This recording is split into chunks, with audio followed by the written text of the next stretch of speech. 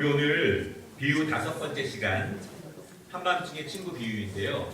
우리가 지금 예수님의 비유의 가르침을 조금 띄엄띄엄 보고 있지만 비유는 성경 공부하는 것처럼 배울 수 있는 것이고 또 우리가 쉽게 이해하기 어려운 부분들을 또 우리가 말씀을 자세히 보면서 잘 이해할 수 있는 그런 숨겨진 고화들이 있습니다. 오늘은 좀 생소한 비유인데 한밤중의 친구 비유 이런 말씀입니다. 간단하게 소개를 드리면 이런 이야기입니다. 깊은 밤에 한 사람이 친구의 집의 문을 강하게 두드립니다. 깊은 밤에 잠들어 있던 친구의 가족들은 그 두드리는 소리에 한참 후에야 그 소리를 듣고 이제 밖에 나오는데요. 밖에서 문을 두드리는 친구는 밖 안에 있는 사람이 듣고 나오기까지 계속 문을 두드립니다. 깊은 잠에서 깬 친구가 왜 문을 두드리냐고 안에서 묻습니다. 그랬더니 문 밖에 있는 친구가 말하기를 지금 자신의 집에 갑자기 친구 3명이 여행 중에 방문했는데 지금 허기진 그들에게 먹을 것이 없습니다. 그래서 빵 3덩어리를 좀 빌려달라. 그것 때문에 지금 이렇게 급하게 한밤중에 문을 두드린 것이다. 그렇게 말합니다. 그런데 이 집 안에 있는 친구, 잠에서 급하게 깬 친구가 이렇게 말합니다. 우리 가족들은 이미 깊은 잠에 빠졌고 너무 피곤해서 지금은 빵을 찾아서 주기가 어렵다. 이렇게 말할 수 있다는 거예요. 이렇게 말하는 것이 너무나 당연한데 그러나 너무 깊은 밤이기 때문에 너무 고나기 때문에 친구 간에 우정 때문이라면 주지 못할 수도 있지만 계속 간청하면 그 간청 때문이라도 빵을 주지 않겠느냐. 이것이 오늘 이 짧은 이야기의 줄거리입니다.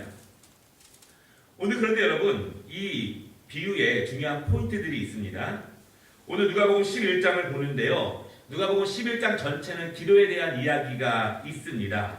처음에 11장의 처음 부분은 주님이 가르쳐 주시는 주기도문으로 시작을 합니다.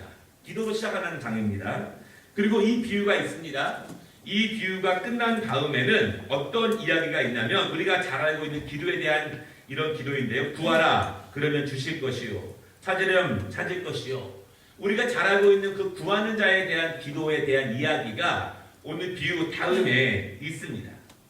주기도문과 구하라 주실 것이요. 그 기도의 이야기 가운데 오늘 비유가 있다라고 하는 것입니다. 그렇다면 오늘 중간에 있는 이 비유에 대한 해석이 주기도문을 이해하는 것과 구하라 주실 것이요 찾으라 문을 두드리라 그것을 이해하는 데 결정적인 키를 주는 것이 이 가운데 있는 이 비유의 이야기입니다. 사실 우리가 읽기에는 좀 쉬워 보이지만 이 비유에는 좀 어려운 부분이 있습니다. 오늘 제가 좀 어려운 이야기를 약간 할 것인데요. 잘 이해하면 큰 은혜가 될 것입니다. 먼저 이 8절에 보면은요 이런 말씀이 있습니다. 그 간청함을 인하여 일어나 그 요구대로 주리라. 벗이 됨을 통해서는 안 줄 수도 있다. 우정 때문이라서 친구 때문이라서는 안 줄 수 있지만 간청함 때문에 줄 것이다 이렇게 말을 하는데요. 그렇다면 그 간청함의 의미가 무엇일까? 지금 우리가 읽은 성경에는요 간청함 때문에 일어나 요구대로 줄 것이요 이렇게 말하지만 여러분 표준 세번역에 보면은요 귀찮게 졸라대면 마침내 일어나서 그 사람이 필요한 만큼 줄 것이다 이렇게 표현이 되어 있습니다. 같은 한글 성경이지만 조금씩 다르게 표현되어 있다는 것이죠. 귀찮게 졸라대면 마침내 줄 것이다 라고 하는 것입니다. 그런데 이 강청함 또는 귀찮게 졸라야 됨 이 단어의 뜻이 굉장히 중요하고 지금까지 신학적으로도 많은 그런 이슈가 되는 단어인데요. 이것이 제가 헬라어는 별로 안 쓰는데 헬라어를 보시면은요 저게 뭐라고 읽냐면 헨, 아나이데이안, 아우투 이렇게 써 있습니다. 저 글자가 오늘 이 비유 전체를 이해하는 데 가장 핵심적인 것이기 때문에 제가 소개를 해드렸습니다. 오늘 이 비유를 이해하는 데 있어서 저 핵심 단어인 아나이데이안 이 뜻의 정확한 의미가 무엇인가 이것이 오늘 우리가 첫 번째로 중요하게 볼 것이고요.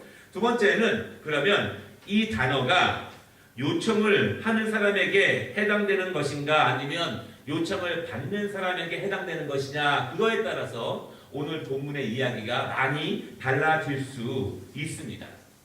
여러분, 그렇다면은 이것이 지금 주전 1세기 이전에 쓰여진 성경의 이야기 아닙니까? 그렇다면은 당시에 예수님 당시에 다른 책들에 보면, 헬라 책들에 보면 이 단어가 어떤 뜻으로 더 많이 쓰였을까? 그리고 예수님 시대 조금 전 시대에 보면 이 단어가 어떤 뜻으로 쓰였을까? 지금 우리가 읽는 의미가 아니라 당시에 쓰여졌을 때 다른 책에서는 이 단어가 어떻게 쓰여졌을까? 그것이 굉장히 중요한데요. 그 당시 전후로 보면 대부분 이 단어가 우리는 강청하 이렇게 썼고 또 다른 번역에는 귀찮게 하여 이렇게 썼지만 그 당시에 대부분의 단어는요. 수치를 피하기 위해서, 부끄러움을 당하지 않기 위해서 사실은 이 단어가 이렇게 주로 쓰여졌습니다. 그런데 이 단어의 뜻이 언제부턴가 조금씩 달라지게 되는데요. 구체적으로 보면은 AD 2세기, 우리말로는 교부시대 이렇게 말합니다. 무엇이냐면 예수님의 제자들이 있고 제자들에게 가르침을 받은 사람, 그 제자들을 우리는 속사도 그렇게 말합니다.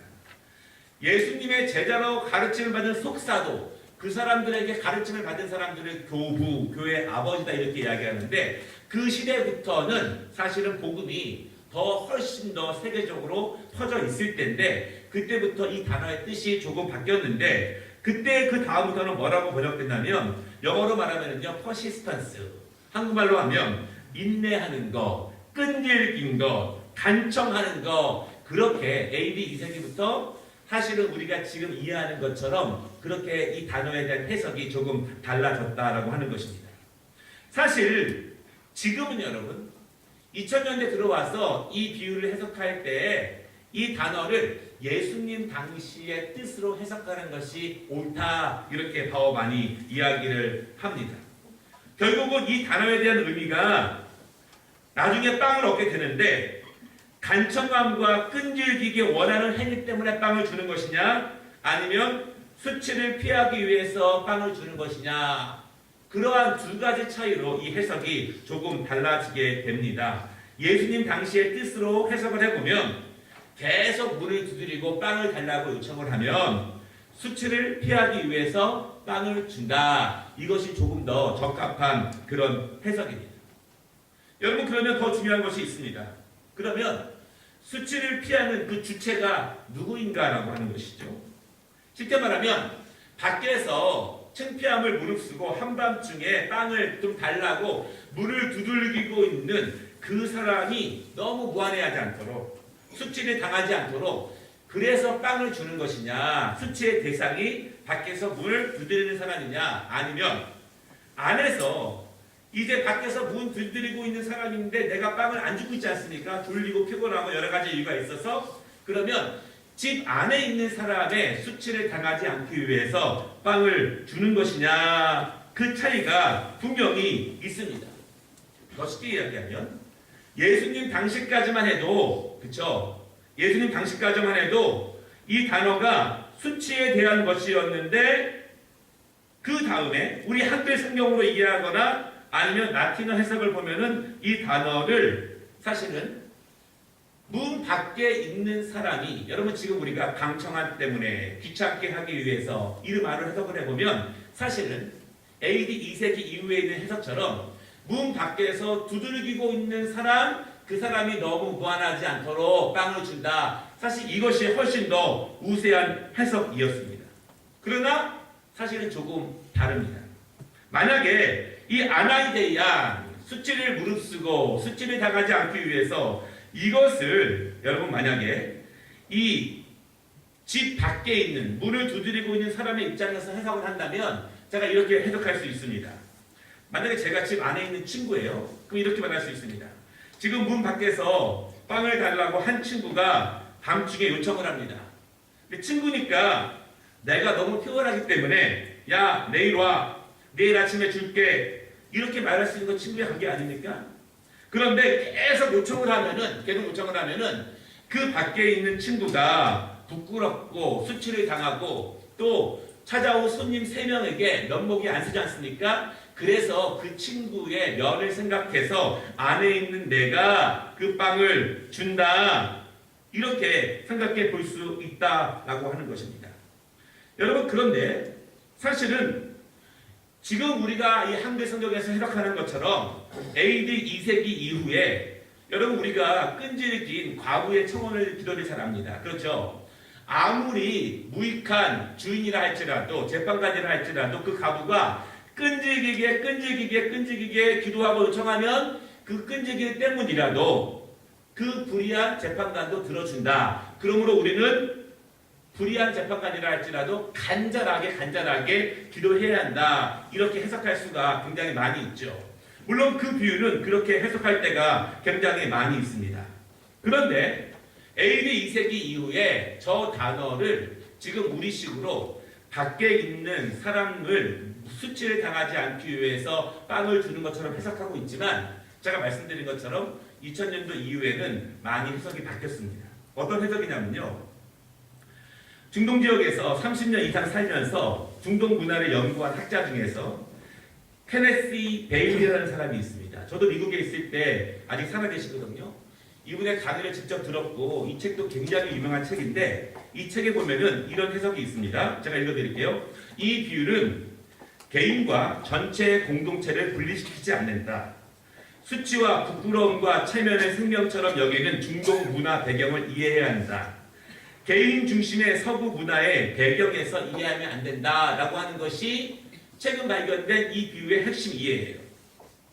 다시 말하면 저 단어, 문을 두드리는 사람, 문 안에 있는 사람, 그 사람의 환경을 우리가 갖고 있는 서구 중심으로 해석해서는 안 된다라고 하는 것입니다.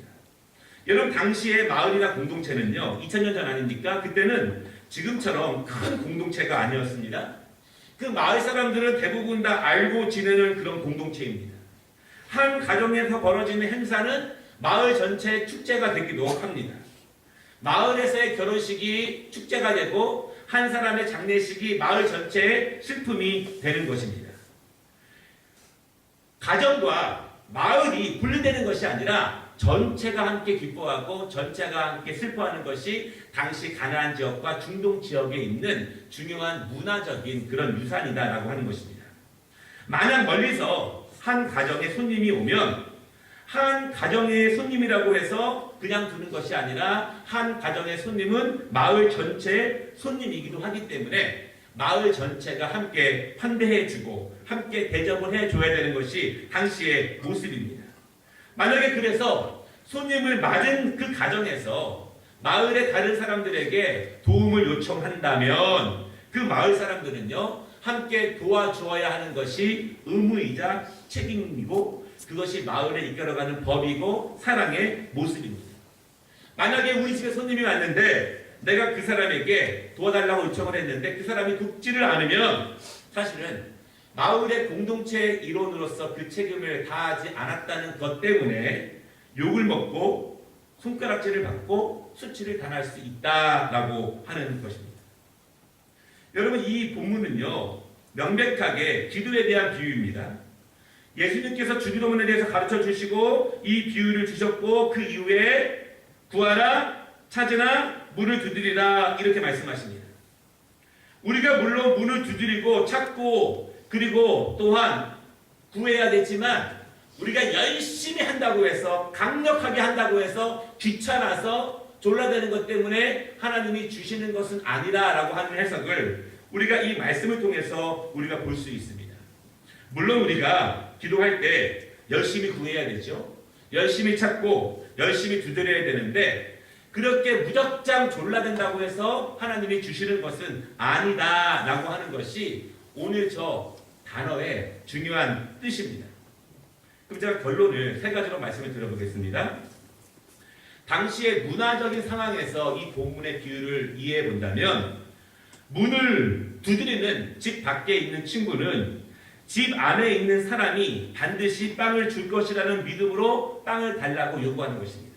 왜냐하면 개인의 손님은 마을의 손님이기도 하고 서로 돕는 것이 그 마을의 전통이고 질서고 정이며 사랑의 모습이기 때문에 너무 미안하게 내가 받을 자격이 없는데 빵을 달라고 한밤중에 깨우는 것이 아니라 함께 환대해야 되고 함께 대접해야 되고 함께 나누는 것이 그 당시의 문화였기 때문에 밖에서 문을 두드리는 사람도 당당하게 빵을 달라고 구할 수 있다고 하는 것입니다.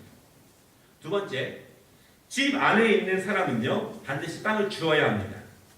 그렇지 않으면 마을에 온 손님을 환대하지 않고 접대하지 않고 무시한 것이 되기 때문에 집 안에 있는 사람이 마을 사람들로부터 수치를 당합니다. 밖에 있는 사람이 수치를 당하는 것이 아니라 집 안에 있는 사람이 우리 마을 공동체, 마을 한 가족의 손님을 접대하지 않고 섬기지 않고 그들을 무시했다는 것 때문에 집 안에 있는 사람이 수치를 당한다라고 하는 것입니다. 여러분, 그렇다면은 예수님께서 다시 말씀드리지만 기도에 대한 이야기도 이 본문을 우리에게 주시는 것입니다. 전통적으로 우리는 끈질기게 기도하면 하나님께서 귀찮아서라도 주실 것이다, 이렇게 이해를 많이 했습니다. 오늘 밖에서 문을 두드리는 사람들은 저와 여러분, 우리 모든 사람일 수 있습니다. 그렇다면 안에서 요청을 받고 있는 사람은 누구겠습니까? 이 비유에서 안에서 요청을 받고 있는 사람은 바로 하나님이십니다. 하나님은 우리가 밖에서 끈질기게 줄 때까지 문을 두드리고 귀찮게 해서 우리의 기도에 응답하시는 것이 아니라 하나님 자신이 수치를 당하지 않기 위해서 우리에게 빵을 주신다라고 하는 것입니다. 왜냐하면 자녀들이 아버지에게 달라는 것은 당연합니다. 아버지가 자녀를 돌보지 않으면 자녀에게 수치가 아니라 아버지 자신에게 수치가 되기 때문에 그렇습니다. 그래서 하나님께서는 오늘 이 말씀에 보면은 바로 예수님의 기도가 나오고 중간에 이 빌가 나오고 구하라 찾으라 두드리라고 말씀하시면서 이 가운데 있는 이 비유의 뜻이 어디 있느냐를 우리에게 중요하게 가르쳐 주고 있습니다. 여러분, 구약에 보면은요, 중요한 예가 있는데요. 이스라엘 백성들이 광야에서 범죄할 때가 있습니다. 하나님이 원망합니다. 하나님을. 그리고 하나님 말씀대로 살지 않습니다. 그때 하나님이 진노하시지 않습니까? 그래서 하나님이 그들을 징계하시기로 작정을 하십니다. 그때 모세가 이렇게 기도합니다. 하나님께서 이 백성이 말 안 듣는다고 해서, 이 백성이 하나님을 기쁘시게 못한다고 해서 이 광야에서 죽이시면, 하나님이 여기서 우리를 죽이시면 이방 사람들이 우리를 여기서 죽이시려고 그렇게 능력을 보이시며 여기까지 인도하셨다, 그렇게 비웃습니다. 이렇게 기도하는 거예요. 하나님, 우리가 부족하지만 연약하지만 여기서 우리를 죽이시면 이방 사람들이 그러려고 데리고 나왔느냐, 그러려고 예수 믿게 했느냐라고 하면서 비웃는다, 그렇게 기도를 했습니다. 여러분, 그러한 기도를 듣고 하나님이 마음을 돌이키셔요. 마음을 돌이키십니다. 이 기도의 결론은 그렇습니다. 우리가 기도에 대해서 믿음을 가지고 기도해야 되고 간절하게 기도해야 합니다. 끈질기게 문을 두드려야지 한 번, 두 번 기도하고 말면 안 됩니다.